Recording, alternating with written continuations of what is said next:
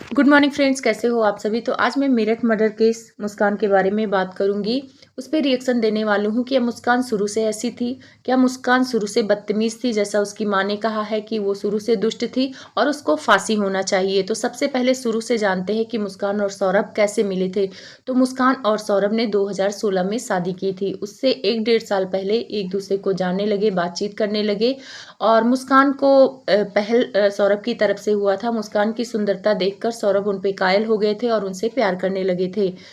मुस्कान को सौरभ के पेरेंट्स पसंद नहीं करते थे क्योंकि वो नहीं चाहते थे कि इन दोनों की शादी हो, इसलिए इन दोनों ने भाग के शादी कर दिया। सौरभ के मम्मी पापा का इल्जाम है कि ये भगाने का काम मुस्कान की मम्मी ने खुद किया था। उन्होंने अपनी बेटी को भगा दिया था और फिर जाके पुलिस में कंप्लेन कर दी कि इनका लड़का भगा के ले गया और इनके घर पे भी आई कि आपका लड़का भगा के ले गया। तो मुस्कान की मम्मी से सौरभ की माँ ने कहा कि बेटी आपकी भागी है तो आप जाके पुलिस कंप्लेन करो, ढूंढो, मुझे कोई मतलब नहीं है।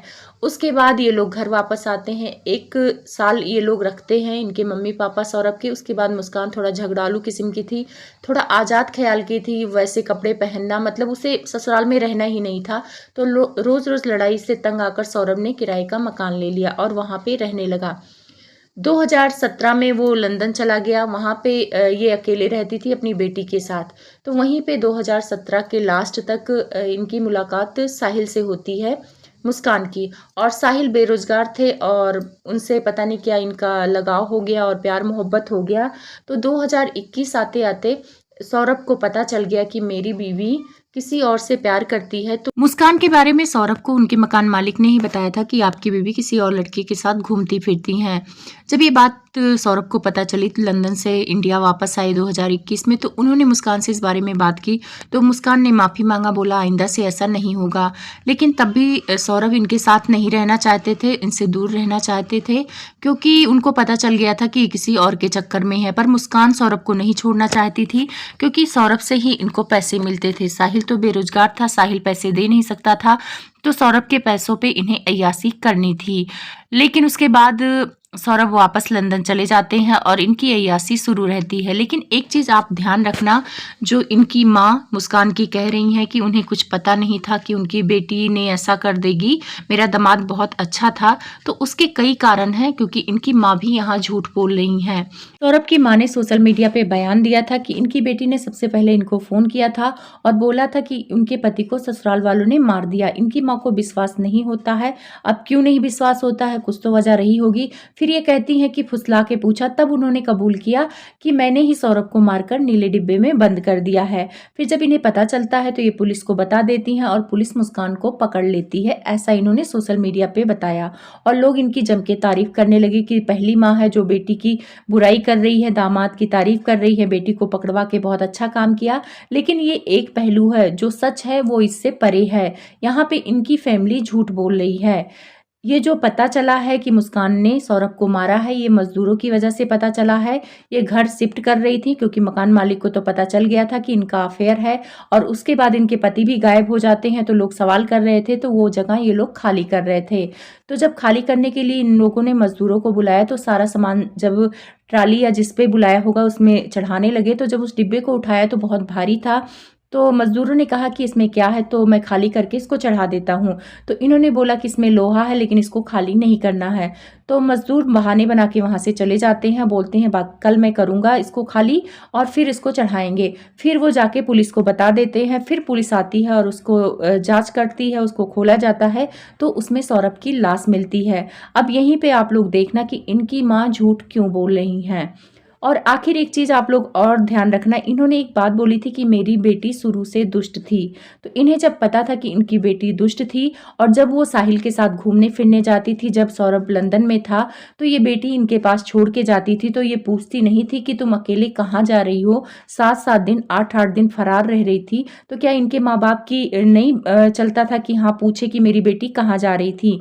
सुनने में आया है, कुछ फोटो भी वायरल हो रही हैं कि मारने के दूसरे दिन बाद ये लोग शिमला गए थे, जहाँ पे इन्होंने साहिल का बर्थडे मनाया था और वहाँ पे काफ़ी एंजॉय भी किया था और बेटी को मायके छोड़ गई थी।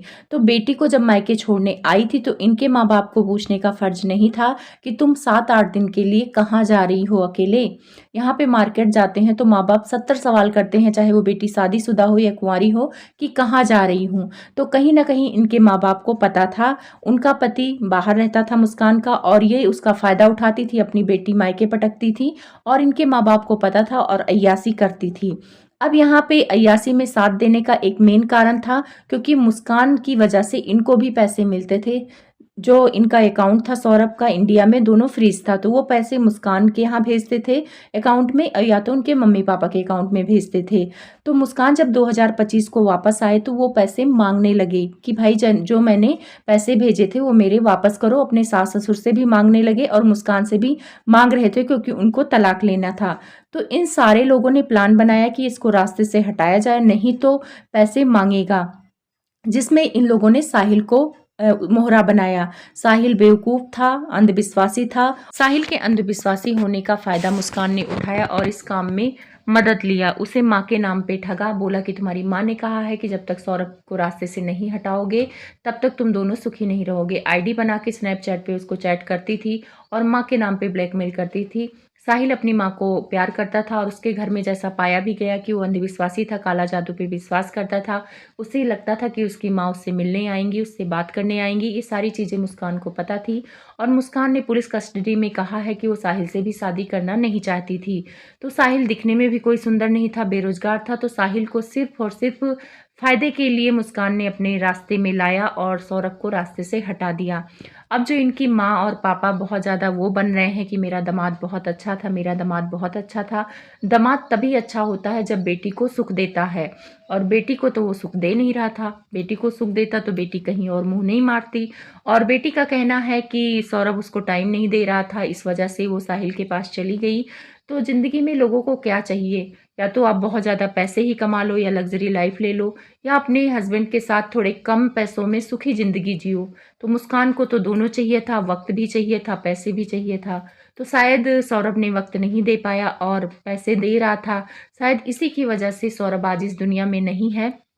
अगर मुस्कान को साहिल से शादी करनी होती तो सौरभ तलाक दे रहा था, तो ये सौरभ से तलाक लेके साहिल के साथ अपनी जिंदगी बिता लेती। लेकिन इसे तलाक नहीं चाहिए था, इसे सौरभ के पैसे चाहिए थे। जब तक सौरभ ने पैसे कमा के दिए तब तक वो जिंदा था, और जब वो पैसे मांगने लगा अपने तो वो जिंदा नहीं है। तो इससे पता चलता है कि इन सारे कांड में इनकी माँ भी साथ हैं, और सौतेली माँ है तो वो बेटी का भला बुरा तो देखेंगी नहीं, उनको तो अपना फ़ायदा दिखा। इन माँ बाप ने अपने फ़ायदे के लिए अपने दामाद को भी रास्ते से हटवा दिया। तो सीबीआई जांच होगी तो इनका भी पक्ष खुल के सामने आएगा। सौरभ के माँ बाप का जब इंटरव्यू सामने आता है तो लोग कहते हैं, कमेंट्स भी करते हैं कि इनके मम्मी पापा को कोई फ़र्क नहीं पड़ता कि इनका जवान बेटा चला गया।